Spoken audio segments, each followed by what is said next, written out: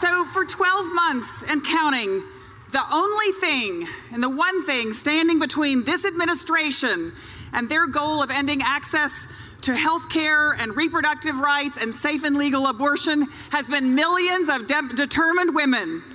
And the women, that's right, you did it. You're the ones who did it.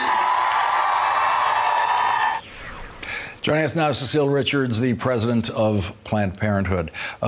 And Cecile, so here we are 1 year later, and it feels, especially when you look at what you were doing in Las Vegas yesterday, as if that the Women's March has now entered the operational strategic phase far beyond just the raised voice and protest phase. Oh, absolutely, Lawrence. And I think this entire last year has been, women have been at the forefront of the resistance, certainly in protecting Planned Parenthood access and protecting Obamacare. They've been the ones calling Congress, showing up in pink hats at town hall meetings. And now what we're seeing is, of course, that they're filing for office and they're focused on the 2018 elections. And it's really been fascinating to see that I think in the last 12 months, women have become the most important political force in America. You know, last year during the march, I was doing live coverage here on Joy Reid's show, and then I was able to go outside right over there and stand on Fifth Avenue and watch this amazing march go by. And I was able to check it out at many different points, hours on end. Yet Saturday in Los Angeles, I started walking from sort of the stage part where everyone can hear everything that's being said. And as you walked farther and farther away, the nature of the event changed. There were these tents, and I was saying, what is all that? That's all the organizing. This was all this registering to vote. And they weren't listening to a word that was said on the stage because they were so far away they couldn't hear it. But it was just as busy in the business of voter registration and political strategy occurring in those tents. Right. Oh, no, absolutely. I feel like a year ago it was a demonstration. This year it has been, it's determination. It is focused on the elections. And we saw in Nevada yesterday, the Planned Parenthood Action Fund had their own table. They were registering voters, you know, every other organization registering voters with a keen focus. And that's what is really exciting. Because I think, you know, I've always felt that marching was great, showing up at town hall meetings was important, calling Congress, but voting, that's where we really get the job done. And we're now seeing, of course, Emily's list says, you know, they have more than 25,000 women who've raised their hand to run for office. We saw the first Latinas elected to the House of Delegates in Virginia, women determining the race in Alabama, and last week in Wisconsin. I think women are feeling their power in a new way, and it is incredibly energizing and exciting. And there's a stunning gender gap in the polls in terms of the congressional election. I'm going to take a look at this. On the question of who would you vote for, and it's just generic, Democrat, Republican. Women, 57% vote for Democrat. I think we're going to get it up on the screen here. Men, only 44%. So this is the women, how they would vote.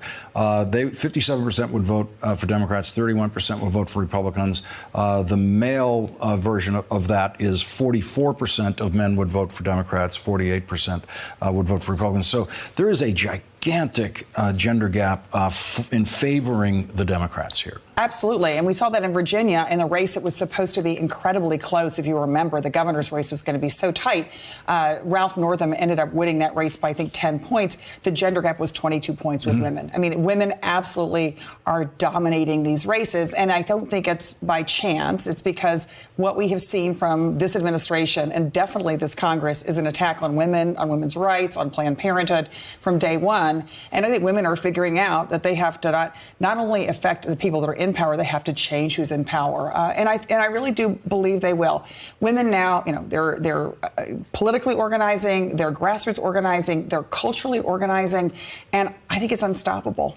You said something on Saturday that really struck me. You said you've been an organizer all your life, and you always wondered, what if you planned a revolution and everybody came? I mean, and anyone who's been at protests knows what you mean. You have a kind of representative group out there, right, representing a much larger group, and here you have this gigantic turnout that we haven't seen before. Well, and it's interesting is that you probably remember too that a lot of the sort of political smart people after the last march said, well, that was a day and maybe didn't mean anything. What I actually think it was just the beginning. And literally, I mean, every single town I go to, whether it's speaking for Planned Parenthood or whatever the event is, there's a new women's group that started just out of whole cloth. Women who who are now, meeting on Sunday nights, meeting over supper parties, meeting at their book club, and they're taking action. And they totally understand that they can do better than who's in office now. We can already see an effect, and that is this fleeing for the exits by Republicans in the Congress, including these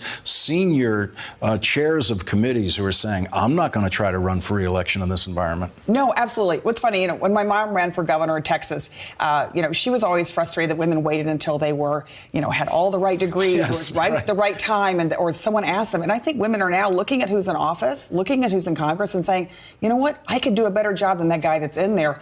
I think there's now 490 women who have filed to run for Congress. It's historic. And it may be that Paul Ryan, he hasn't said it, but it looks like he will not run for re-election this year. He knows where this wave is headed. I happen to know some women in Kenosha, Wisconsin, who are ready for that race. So I think it's going to be exciting.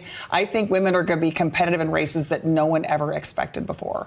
Well, it's becoming, we're going to have to stop saying that, because these polls are telling us that women are going to be competitive in races, and so now we can expect it. Cecile Richards, thank you very much for joining us. So good to see you, really Lawrence. Great to have you here. Thanks a lot.